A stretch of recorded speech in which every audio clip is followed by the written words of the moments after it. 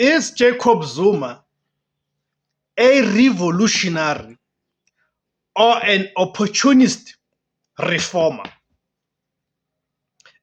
You know, Jacob Zuma is one of the most polarizing figures in South African politics. I can even go as far as say in South African history. Because on the one side, you have his blind loyalists, the people who, in their eyes, Jacob Zuma is this flawless revolutionary who can do no wrong in their eyes.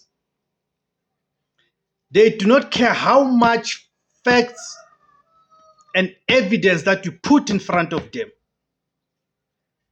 They never move from that position of Jacob Zuma, the Messiah.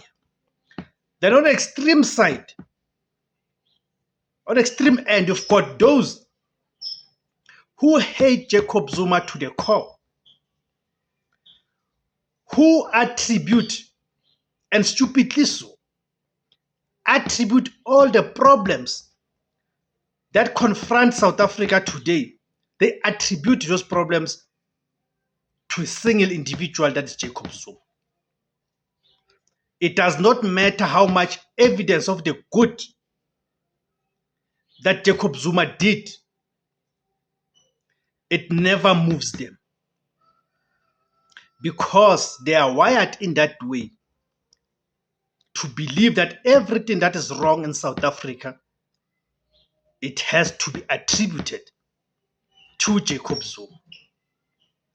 Okay? So some of us, we don't fall on either of the camp, because we apply logic, rational, and ideological clarity.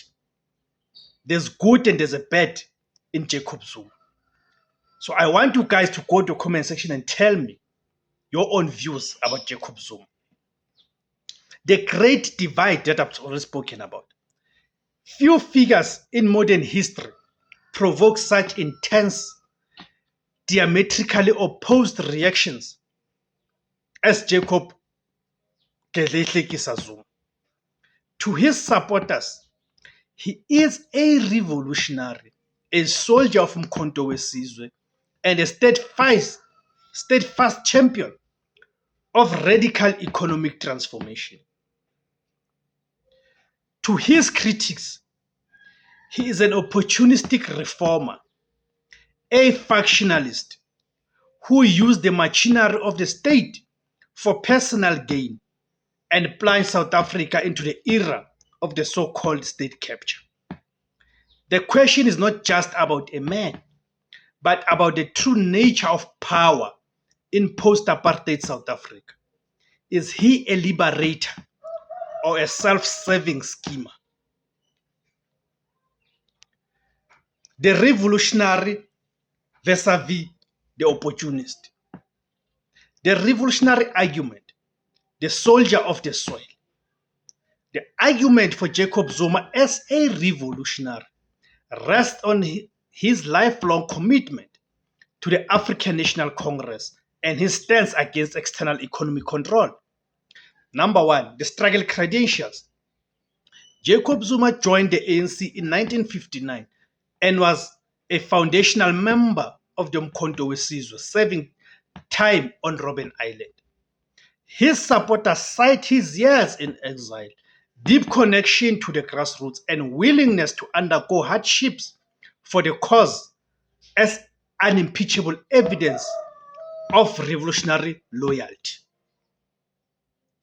Two, the radical economic shift.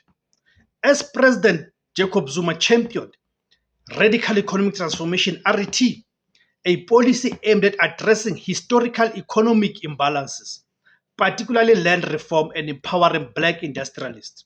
Supporters see his pursuit of the 1 trillion Russian nuclear deal not as corruption but as a revolutionary move to secure energy independence and shift South Africa's economic dependency away from Western powers and white monopoly capital. Three, the defiance of the elite. His supporters view the multiple legal battles and commissions from the Zondo Commission to the NPA charges as evidence of the counter-revolutionary forces fighting to maintain the status quo. His recent move to back the Umkhonto we Party is framed as a continued struggle against the sellouts in the current ANC leadership. The opportunist reformer argument, power and patronage.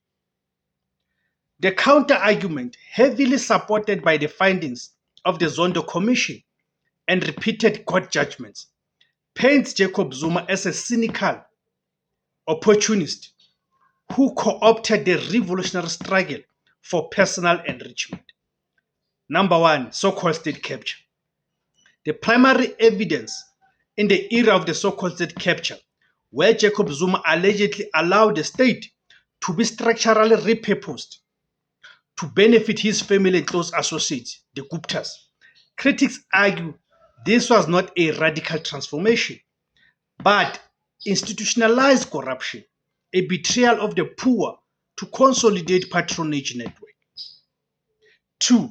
The inconsistent ideology.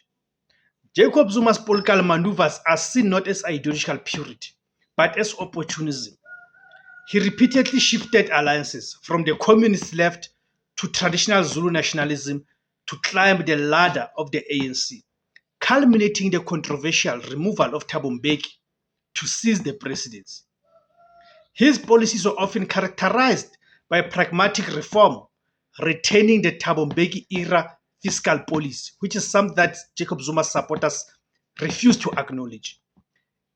Interpersed with radical rhetoric, RT, used primarily as a political tool. 3. Betrayal of the MK party. His sudden backing of the MK parties is viewed by critics as the ultimate act of factional opportunism, not a revolutionary split, but a desperate maneuver to undermine the ANC leadership.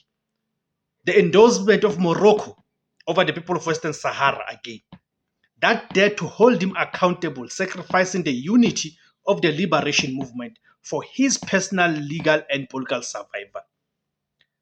Therefore, in conclusion, the deciding factor, the truth about Jacob Zuma's political identity, likely lies in the gray area between these two extremes, as I've already stated. He is a political figure whose personal ambition became inextricably linked to the radical cause he once served. 1. The defining line. Did he genuinely seek to implement revolutionary change? Or did he merely use the rhetoric of the struggle to secure power, build a personal financial empire, and escape justice? 2. The verdict.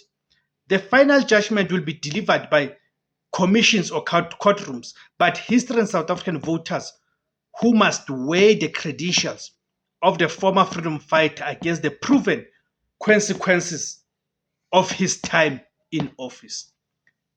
Thank you guys for tuning in. My name is Tebos Kosana. The name of the platform is Izwi Labansundu, the voice for Africans. Kamakuma Africa.